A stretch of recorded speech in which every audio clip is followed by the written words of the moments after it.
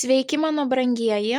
Na kągi, šiandieną turėsime lapkričio mėnesio prognozę, bet prieš pradedant noriu priminti, kad prieš lankantis elektroninėje parduotuvėje paulinaoti.com visada nukeliaukite į Paulinos Oti YouTube kanalo įrašų skiltį, ten jūs rasite pačią šviežiausią informaciją, būtent viskas, kas susijęs su elektroninė parduotuvė.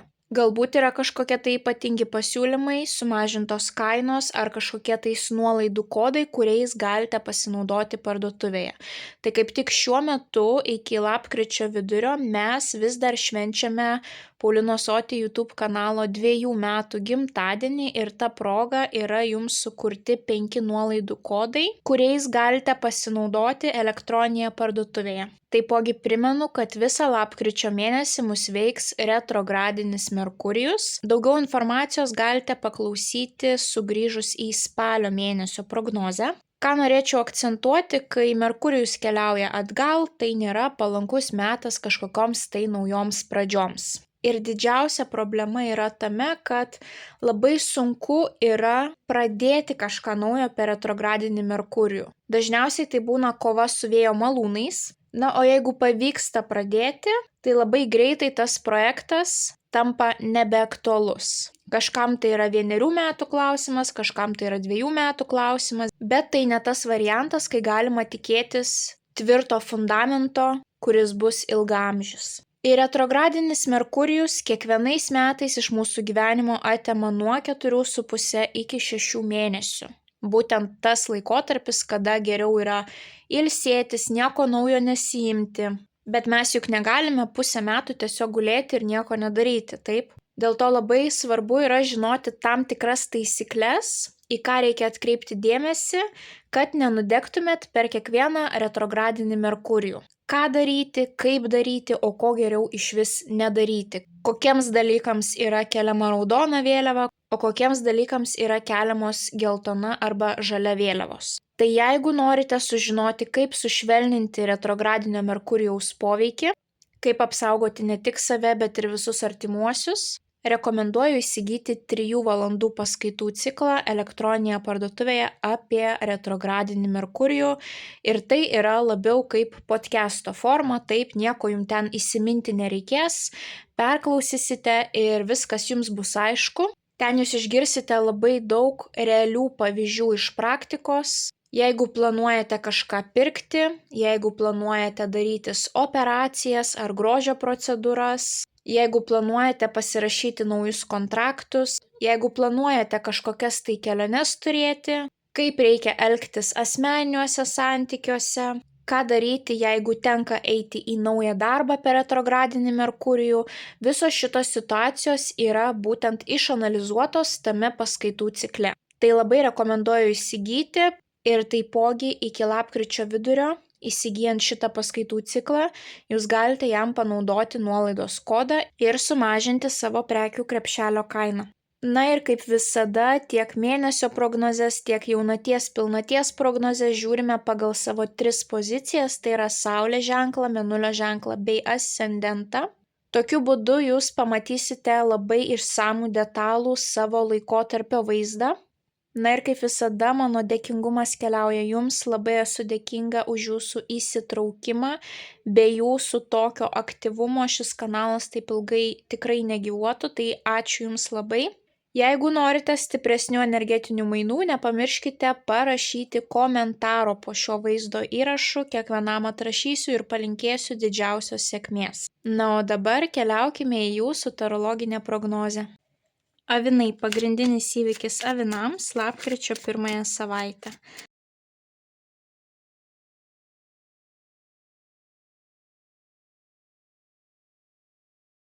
Patarimas avinams apie jų lapkričio mėnesį, bei viena mėnulio žinutė avinams apie jų lapkritį.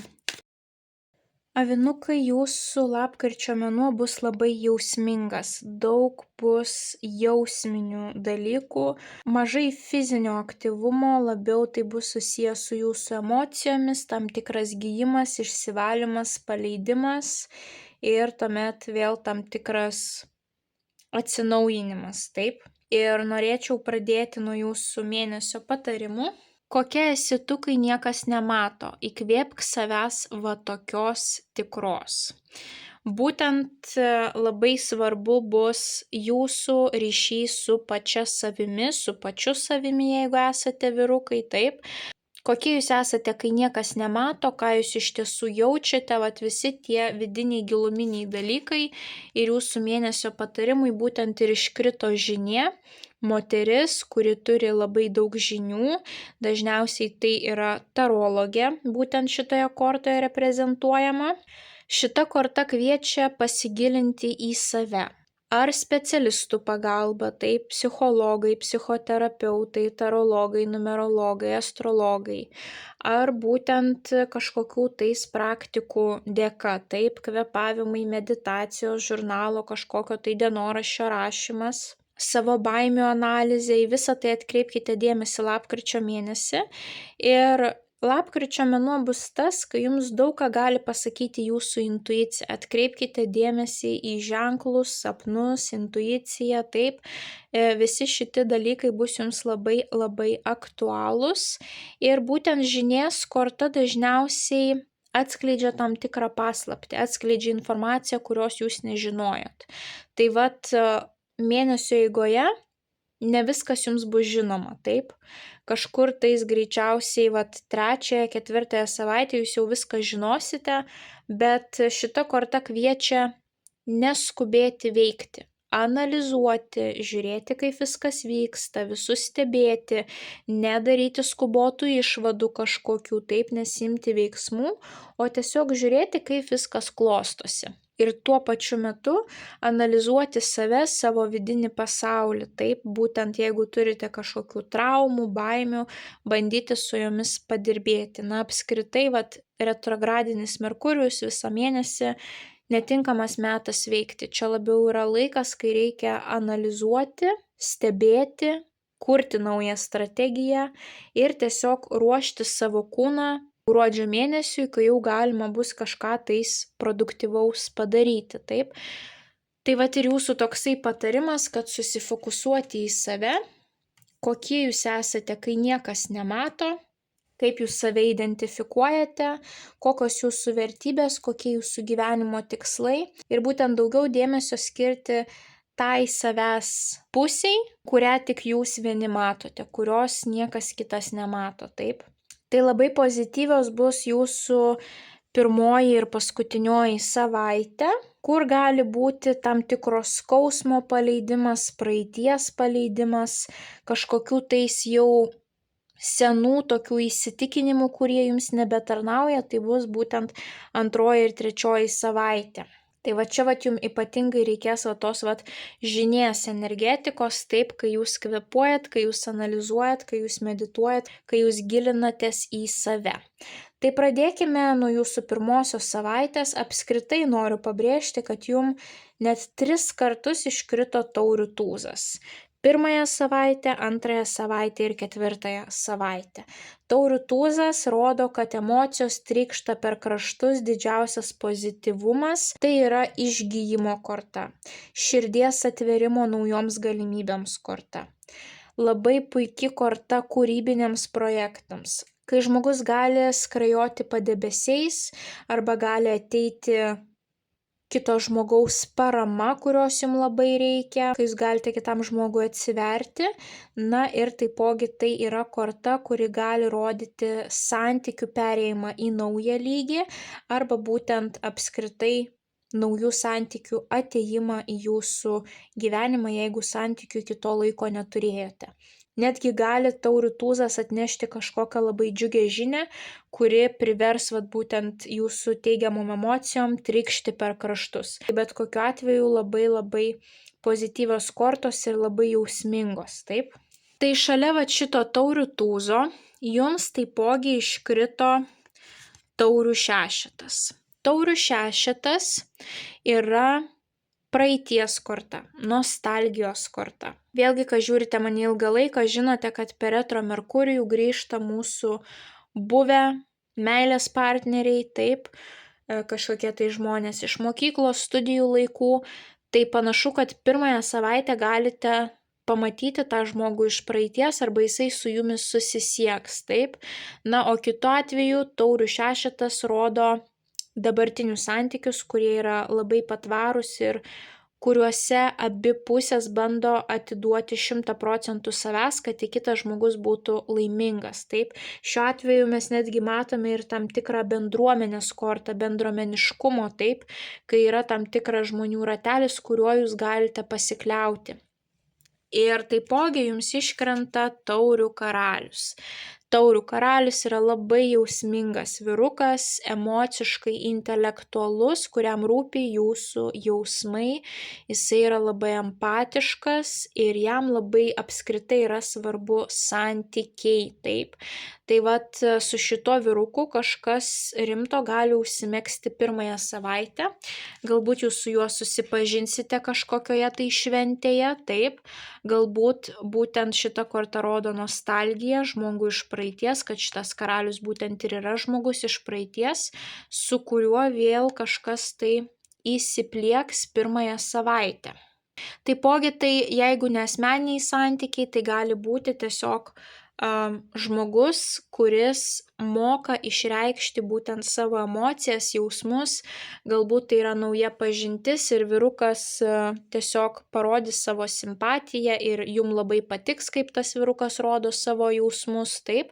Gali būti net ir ne asmeninių santykių tema, o pavyzdžiui darbinė tema, kad jūs tiesiog gaunate pagirimą, komplimentą, kaip jūs nuostabiai dirbate, taip, ir tai taipogi gali jūs labai pradžiuginti, o galbūt šitas žmogus bus tas, kuriam jūs labai padėsite ir jisai išreikš jums būtent tą savo dėkingumą, taip, o galbūt su juo jūs turėsite kažkokį tai kūrybinį projektą, arba su kažkokia tai grupė žmonių imsitės kažkokio kūrybinio projekto arba tokio projekto, kur reikia padėti kitiems žmonėms, taip, tai pirmoji savaitė puikiai asmeniniam santykiam, romantikai, kūrybiniam projektam ir visom veiklom, kuriuose jūs nesate vieni, kuriuose yra tam tikra bendruomenė ar bent jau kitas žmogus, į kurį jūs galite atsiremti, kuriuo jūs galite pasitikėti. Tuomet antrąją savaitę jūs galite nuspręsti kažką tais paleisti arba gali būti tam tikras išsekimas, dėl to rūpinkitės savo sveikata. Kadangi jums iškrito kardų 10, o kardų 10 gali rodyti tam tikrą perdegimą, kai šlubuoja sveikata, arba kai reikia operacijos, arba kai yra puikus metas išsitirti, būtent savo kraujo tyrimus pasidaryti, taip. Dažnai tai būna ir skausmingas paleidimas, kai kažką reikia paleisti iš savo gyvenimo, kai kažkoks etapas baigėsi. Ir net jeigu jums tai buvo kankinė, bet vis tiek, kai reikia išeiti, pavyzdžiui, iš darbo, net jeigu mes norime iš jo išeiti, vis tiek tas darbas buvo mūsų identiteto dalis, mes turėjome tam tikrą ratą žmonių, kuriuos mes pažinojome ir ateina tam tikras liūdesys, taip, tai kažkas gali eiti į pabaigą ir net jeigu jūs tos pabaigos norėjote, kartais būna vis tiek skaudu paleisti dalelę to savo gyvenimo. Bet jūs užtikrintai žingsnis po žingsnio ir toliau keliaujate savo tikslų link, jums iškrito monetų riteris. Būtent monetų riteris yra vienas lėčiausių, bet vienas užtikrinčiausių. Tai yra, kad ir kas benutiktų, ar kas ateitų jūsų gyvenimą, ar kas iš jo išeitų, jūs ir toliau dirbate, ar studijuojate, ar stengiatės dėl savo ateities, ar stengiatės, kad galėtumėt prisitaupyti ir įsigyti tam tikrą nekilnojamą turtą, taip? Kai jūs stengiatės dėl savo ateities gerovės, taip? Tai kad ir kas čia benutiktų, jūs ir toliau keliaujate ir vėlgi jums iškrenta taurių tūzas. Galbūt jūs čia paleidote senus įsitikinimus, taip, ar kažką, ką ilgą laiką su savim nešiojote, kažkokias tai nuoskaudas. Ar sušlubuoja jūsų sveikata, bet nepaisant visko jūs judate į priekį ir galiausiai ateina tas veikimas, ar kažkokie tai žmonės šalia jūsų, kurie jums emociškai padės, parems ir vėl atsiranda pas jūs motyvacija, taip būna, kai jūs įsimylite, tai atrodo ir darbai lengviau pasidaro, taip, ir dar lieka daug energijos pasimatymam, tai tokia būsena pas jūs gali būti, taip, kad ir kas pasibaigs, vis tiek arba jūs šalia turėsite žmogų, kuris jūs palaikys, Arba jūs tiesiog su savo vidumi padirbėsite ir pajausite kad pagaliau vėl galite atverti savo širdį, ar užsimsite kažkokiais tai kūrybiniais projektais, hobiais kūrybiniais, taip, kurie jums padės išlaikyti tą pozityvumą ir toliau užtikrintai eiti savo tikslų link. Tuomet 3 savaitę jūs vėlgi kažką tais transformuosite, kažką paliksite, kažkas gali išeiti iš jūsų gyvenimo.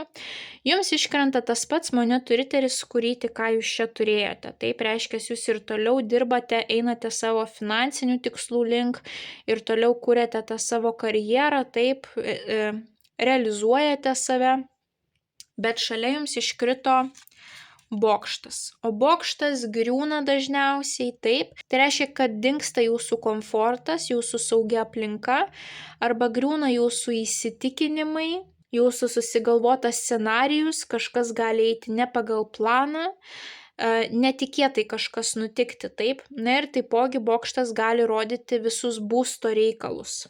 Tai va čia galėjo kažkas pasibaigti, čia gali irgi kažkas netikėto nutikti 3 savaitę. Tiek 2, tiek 3 savaitę jums reikės kažką paleisti, ar įsitikinimus, ar žmonės, taip, ar praeities kažkokius tai skaudžius momentus pamiršti. Ir taipogi jums čia iškrenta kardų trejetas. Kardų trejetas gali rodyti meilės trikampį, arba tiesiog situacijas, kur yra įsivėlę 3 žmonės ir jų nuomonės nesutampa, taip. Ir tas nesutarimas priveda prie, pavyzdžiui, santykių iširimo, ar projektas yra sustabdomas.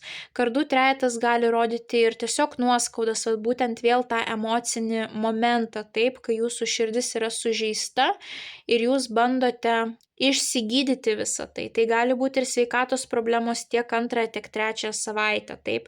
Tai labai saugokite savo sveikatą, kad nebūtų jokio ten chroniško streso. Nepervarkite, jeigu jaučiate, kad pervargot, tai būtinai laiku pasiilsėkite, taip ypatingai kas liečia 2, 3 savaitę. Gali būti, kad jūs dirbsite, kad ir kas be nutiktų, taip, blogai jaučiatės, bet jūs toliau dirbate. 3 savaitę vėlgi atrodo, pavyzdžiui, sveikata vėl kiša koją, bet jūs ir toliau dirbate, nepaisant visko, einate savo tikslų link iš lėto užtikrintai. Arba gali būti, kad čia kris būtent jūsų tas įsivaizdavimas finansinių savo reikalų, taip, keisis supratimas apie karjerą, savirealizaciją, būtent tas riteris monetų, kuris visą laiką taip užtikrintai ėjo, jisai gali dingti, taip. Tie pokyčiai gali būti susiję būtent su ta 1 savaitė, kad tas karalius taurių kažką tai jums pasakys ir jums kitaip visiškai situacija nušvis kitomis spalvomis. Galbūt jūs visą laiką galvojate tik apie savo finansus, dabar jūs suprasit, kad aš noriu meilės, aš noriu santykių, aš noriu šeimos. Taip, įvairiausios tokios situacijos, kur arba tas karalius padeda išgydyti tas praeities skaudžias situacijas, taip, jūs suprantat, kad galbūt yra vis dėlto tų normalių žmonių, arba tai gali būti, kad jūsų karjeros tikslai pasikeičia, arba gali būti tiesiog suprastėjusi sveikata ir jūs, nepaisant tos sveikatos, bandot vis tiek keliauti į priekį savo darbo reikaluose, net pavyzdžiui, jeigu jau atrodo jums reikėtų nedarbingumą imti, bet jūs jo neimat, taip. Bet galiausiai paskutinėje savaitę jūs atgimstat. Toks jausmas, kad jūs visą tai ar išgydėt, ar paleidot savo senas traumas, taip, ar atsisakėt žmonių, kurie jums nebenaudingi. Bet kokiu atveju, čia yra subadytas lavonas. Ir į jį įsikabinti negalima. Jeigu kažkas norės išeiti iš jūsų gyvenimo, paleiskite, nes lavono atgaivinti negalima. Taip, čia jau jums gyvenimas rodo, kad laukia jūsų kažkoks naujas gražus etapas. Čia bokštas griūna dėl to, kad pamatai nebuvo tvirti. Jeigu netvirti pamatai, anksčiau ar vėliau šitas bokštas būtų sugriuvęs, vėlgi nesifokusuokite į šitą bokštą, nebandykite jo atkurti, taip, o tiesiog eikite į kažkokį tai naują etapą. Tai panašu, kad paskutinėje mėnesio savaitė pas jūs čia ir bus naujas etapas. Galbūt čia vyksta persikraustimo kažkokie tais darbai, taip, nes bokštas gali rodyti visus remonto, persikraustimo reikalus taipogi. Na ir paskutinėje savaitę jums iškrenta vėlgi tas pats taurių šešetas, kurį jūs turėjote štai čia. Tai vėlgi gali rodyti nostalgiją apie praeitį arba kad jūsų gyvenime vėl apsilankys žmonės iš praeities, kažkas gal jums parašys ar gyvai jūs kažką sutiksite. Na, o jeigu ne iš praeities, tai jūs turėsite bent jau vieną žmogų šalia savęs, kuris jūs parems, taip? Gali būti net ir ta pati bendruomenė, kurią mes matėme pirmąją savaitę. Tai turėsite emocinį palaikymą, vėl jums iškrenta tas pats taurių tūzas, kad bus dėl ko džiaugtis, jūs atversite savo širdį, norėsis kurti, norėsis džiaugtis gyvenimu, taip gali būti vėlgi kažkoksai tai malonus pasiūlymas meilės reikaluose, ar pakvietimas išgerti kavos, ar pasiūlymas perkelti santykius į kitą lygį. Ar ta labai maloni pasimatymų fazė, taip. Ir taipogi jums dar iškrenta dar vienas tūzas, jums 2 tūzai iškrito paskutinėje savaitę, o tūzai rodo naują pradžią, perspektyvą kažkokią, taip. Tai pas jūs ne tik jausminė ir kūrybinė perspektyva, bet ir finansinė, materialinė perspektyva atsiranda. Ir tai gali būti nauji mokslai, naujas darbas, galimybė užsidirbti papildomai, galimybė praplėsti savo žinių bagažą, galimybė sutaupyti, investuoti, atsidėti, viskas, kas gali būti tas naujas daigelis, taip. Jeigu tai asmeniniai santykiai, tai šitie santykiai sukurs ne tik emocinį saugumą, bet ir kažkokį tai jau pradės kurti apčiuopiamą materialų fundamentą, taip, galbūt jūs planuojate įsikraustyti gyventi kartu, galbūt jūs jaučiate, kad tas žmogus jums finansiškai nieko negaili ir gali finansiškai paremti, taip. Tai paskutinėje savaitėje jūs jaučiate, kad ir kažkokios tai yra materialinės naujos perspektyvos, apčiuopiamos kažkoksai tai toks apčiuopiamas fundamentas ir tuo pačiu yra galimybė ir jausmams augti. Tai gali būti tiek jūsų ilgalaikiai santykiai, kurie pereis į naują lygį, tai gali būti tiek jūsų kažkokie tais nauji santykiai arba kažkokie tais bendruomeniniai projektai, kūrybiniai projektai. Tai netgi gali būti naujas darbas, bet jeigu tai bus naujas darbas, tai jisai ne tik, kad turės finansinės perspektyvas, bet jums bus labai širdžiai malonus ir jūs jausite ar savo šeimos stiprų palaikymą, arba gali būti, kad tas naujas kolektyvas jūs labai šiltai priims. Arba tiesiog mėnesio pradžioje jūs sutiksite žmogų, kuris padės jums suprasti kažką, ko iki to laiko jūs nesupratote, ir būtent jo žodžiai atvers jums akis, jūs suprasite, kad jūs galite gyventi kitaip ir labai greitai padirbėsite su savimi, taip, su savo vidumi ir mėnesio pabaigoje jūs jau matysite, kad atsiranda jūsų gyvenime kažkokios tai naujos galimybės, perspektyvos. Tai dar kartą prisiminkime jūsų mėnesio patarimus. Kokia esi tu, kai niekas nemato? Įkvėpk savęs tokios tikros. Na ir žinia. Didysis arkanas, kuris kviečia pasitikėti savo intuiciją, stebėti aplinką, analizuoti aplinką, neskubėti priimti kažkokių tai sprendimų, neskubėti daryti išvadų, padirbėti su savo vidumi, su savo baimėmis, abejonėmis, išauginti pasitikėjimą savimi, išmokti nuraminti save, ar tai būtų kvėpavimo kažkokios tai praktikos, ar tai būtų meditacijos, joga, dienoraščio rašymas, viskas, kas jums gali padėti padirbėti su savimi ir paleisti tam tikrus įsitikinimus, kurie gali būti pasenę ir ribojantis jūs nuo būtent tų naujų pozityvių perspektyvų. Tai yra mėnesis, kai reikia daugiau padirbėti su savo vidumi ir mažiau kažkokių tais veiksmų žengti realiame gyvenime, taip. Gerinkite savo sveikatą, stiprinkite savo imunitetą ir dirbkite su savo vidumi. Ir tai yra būtent mėnuo, kai nebijokite jausti, nebijokite būti pažeidžiami, pabandykite atverti savo širdį ir pamatysite, kaip naujos galimybės pas jūs gali atkeliauti.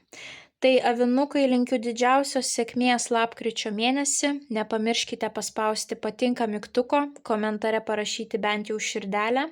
pasidalinti prognoze su artimaisiais, kuriems ji galėtų būti aktuali, užsiprenumeruoti šį kanalą, paspausti pagirimo mygtuką, na ir taipogi nepraleiskite progos pasinaudoti nuolaidų kodais elektroninėje parduotuvėje paulinaoti.com. Nu, mes kaip visada susimatysime jūsų kitose prognozėse. Ate, ate.